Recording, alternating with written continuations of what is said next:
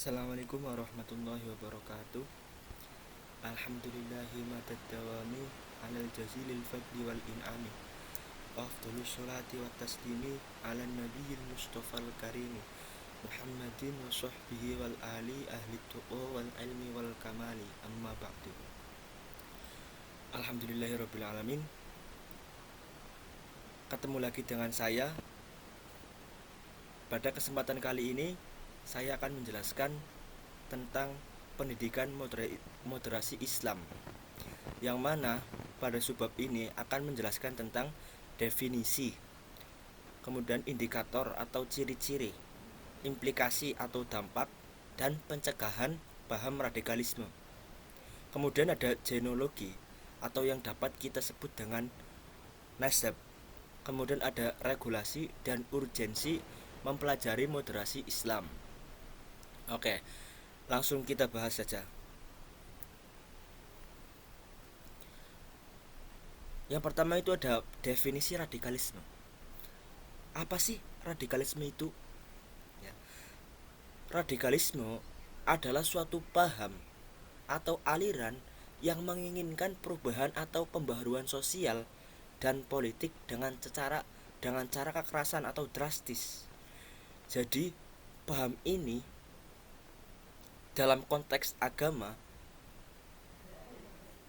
mungkin melakukan suatu tindakan, ya, atau melakukan suatu dakwah, penyebaran suatu ajaran yang mana metode yang dilakukan itu dengan cara radikal, dengan cara kekerasan.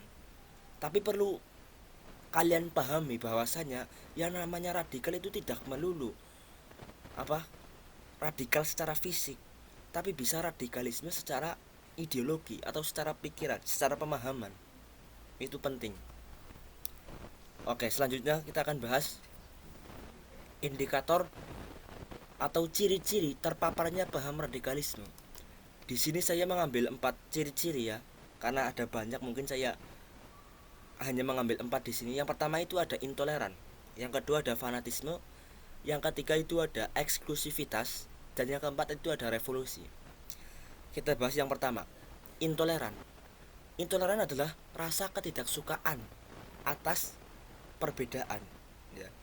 Jadi semisal gini, ketika ada orang, ya, ketika ada orang diskusi misalnya, ketika ada orang diskusi yang mana ketika orang tersebut memiliki teman diskusi yang berbeda pendapat dengannya, maka orang ini berpikiran bahwa maka orang ini cenderung tidak suka atas pendapat temannya itu. Karena apa? Merasa dirinya paling benar. Ini sesuatu yang dikhawatirkan dapat terjadi dalam orang-orang zaman sekarang mungkin ya, yang cenderung melakukan hal tersebut. Kemudian nomor 2 itu ada fanatisme. Apa itu fanatisme? Cenderung melihat dunia itu hitam putih. Pemikirannya itu monoton, tidak berkembang. Yang dia pegang itu hanya itu saja, tanpa memandang pemikiran dari orang lain. Maksudnya gimana? Seperti dalam konteks belajar agama, terutama belajar fikih ya.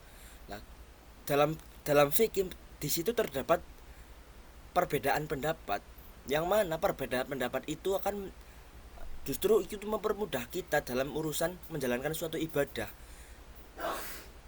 Seperti yang dijelaskan bahwasanya ikhtilaful ulama itu rahmatul ummat. Perbedaan antar ulama itu merupakan rahmat bagi umat untuk mempermudah umat. Ya. Jadi paham indikator fanatisme ini cenderung monoton, tanpa mendengarkan pendapat atau mauidhah atau petunjuk dari orang lain. Kemudian ada eksklusivitas. Apa sih itu eksklusivitas? Yaitu tidak mau bergabung dengan kelompok lain. Ya. Kembali lagi, ini mungkin berkaitan dengan rasa intoleran ya, yang mana rasa intoleran itu ketidaksukaan akan perbedaan, sehingga muncullah paham eksklusivitas yang tidak mau bergabung dengan kelompok lain. Tidak mau bergabung dengan kelompok lain, mungkin secara pemikiran si A mungkin dia merasa lebih benar, sehingga jika ada kelompok lain yang baru, dia si A ini tidak mau bergabung dengan kelompok lain tersebut. Ini suatu hal yang mungkin menurut saya dapat menimbulkan perpecahan ya. Apalagi di situ adanya cemoohan, adanya rasa saling mengejek, itu sangat-sangat tidak diinginkan. Oke, yang kemudian nomor 4 yaitu ada revolusi. Revolusi adalah melakukan perubahan dengan cepat dalam konteks destruktif. Destruktif itu bagaimana? Yaitu melakukan perbuatan yang condong akan menimbulkan korban di dalamnya.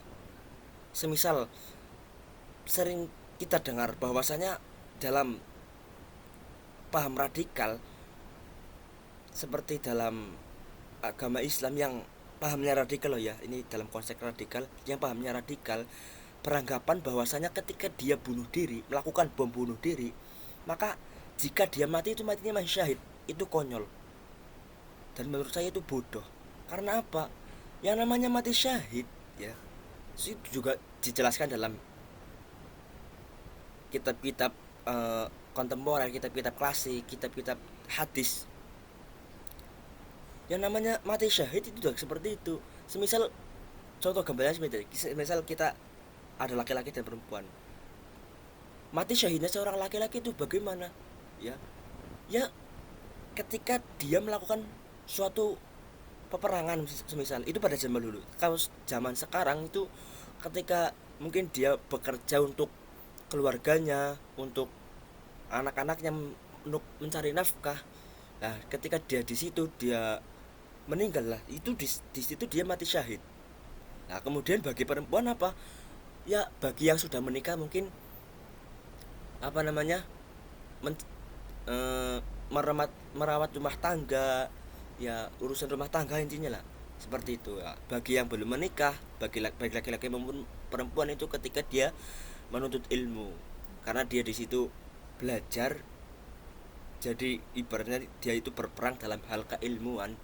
Jadi kalau dia naudzubillah ketika dia mencari ilmu kok meninggal, dia itu mati syahid. Jadi semisal kau ada pemahaman yang bahwasanya bunuh diri itu membuat mati syahid, itu bodoh. Oke, lanjut. Kemudian ada implikasi radikal dalam kehidupan. Implikasi atau dampak radikal dalam kehidupan. Yang pertama itu ada deprivasi relatif, yaitu ketidakmampuan menyesuaikan diri terhadap kondisi dan perubahan yang terjadi. Kudet, kurang update. Karena apa? Hal ini terjadi karena ketidakmauan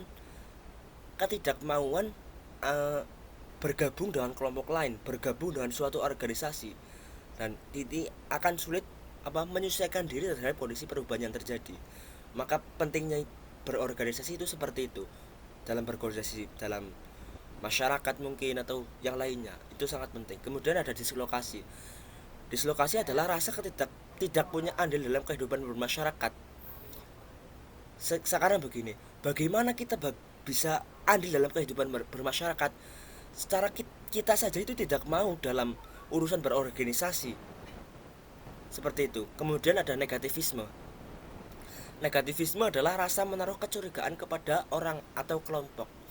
Jadi dapat disimpulkan bahwa negativisme adalah suatu suudzon atau negatif thinking terhadap orang atau suatu kelompok.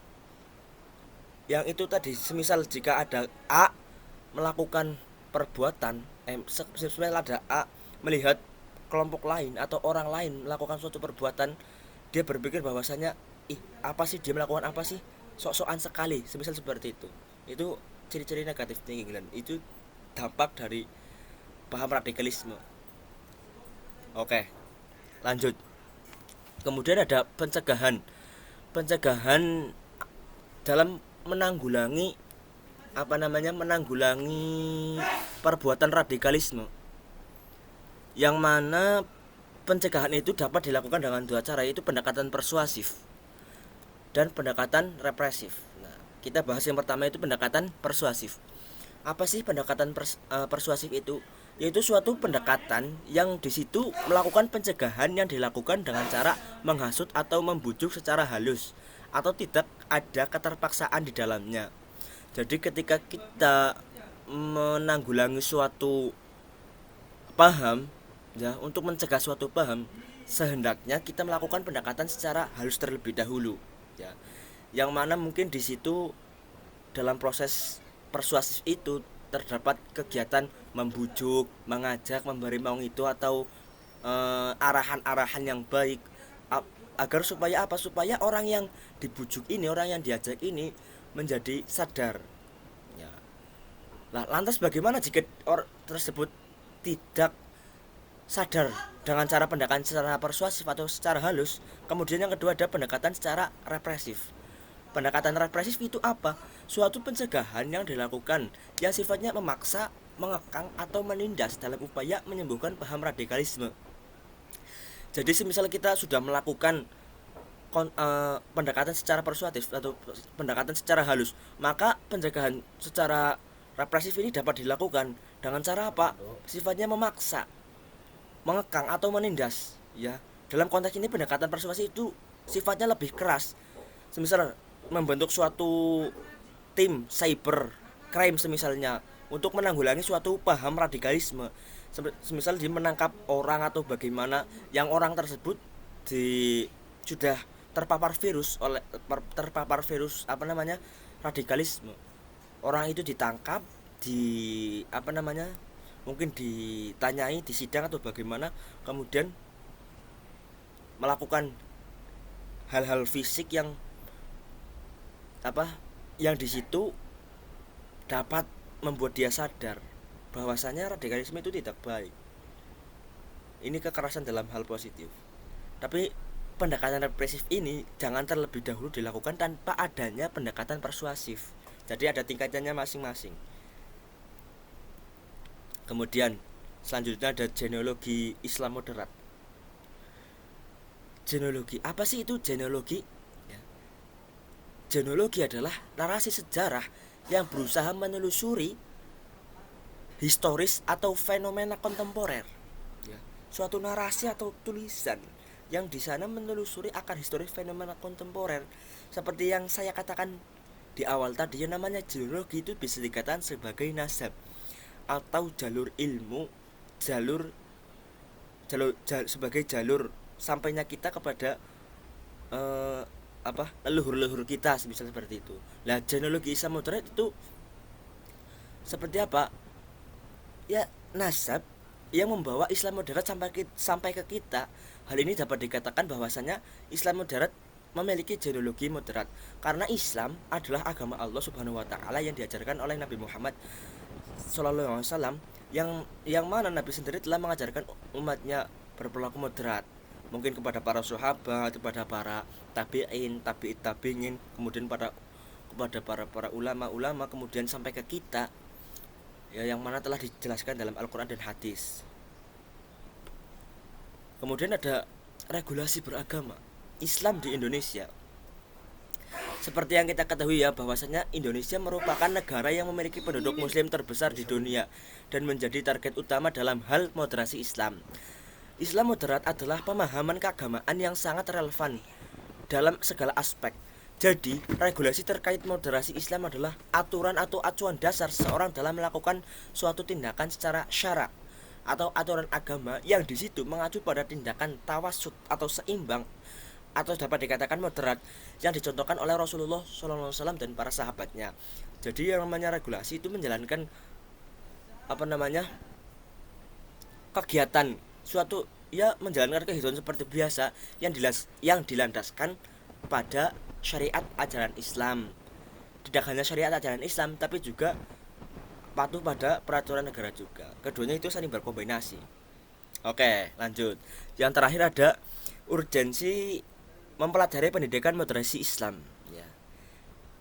Jadi selama 1 tahun ini manfaat yang saya dapatkan dalam mempelajari pendidikan moderasi Islam itu, yang pertama, mestinya ya mendapatkan ilmu pengetahuan dan menambah wawasan saya tentang apa itu moderasi Islam dan apa itu historisitas moderasi Islam, bagaimana penerapan moderasi Islam di Indonesia, bagaimana kita sebagai guru itu menerapkannya di dunia pendidikan dan lain-lain. Meskipun saya sendiri itu belum memahami materi keseluruhannya dan belum dapat mempraktikannya, tapi di sini saya sangat bersyukur. Karena apa? Karena di sini saya secara tidak langsung dapat memahami Islam secara mendalam dalam konteks moderat, ya. Jadi seperti itu. Oke, mungkin itu yang dapat saya sampaikan. Kurang lebihnya mohon maaf karena saya itu orang yang fakir ilmu. Untuk teman-teman penonton semua, jangan lupa like, komen, dan subscribe ya, untuk membantu saya eh,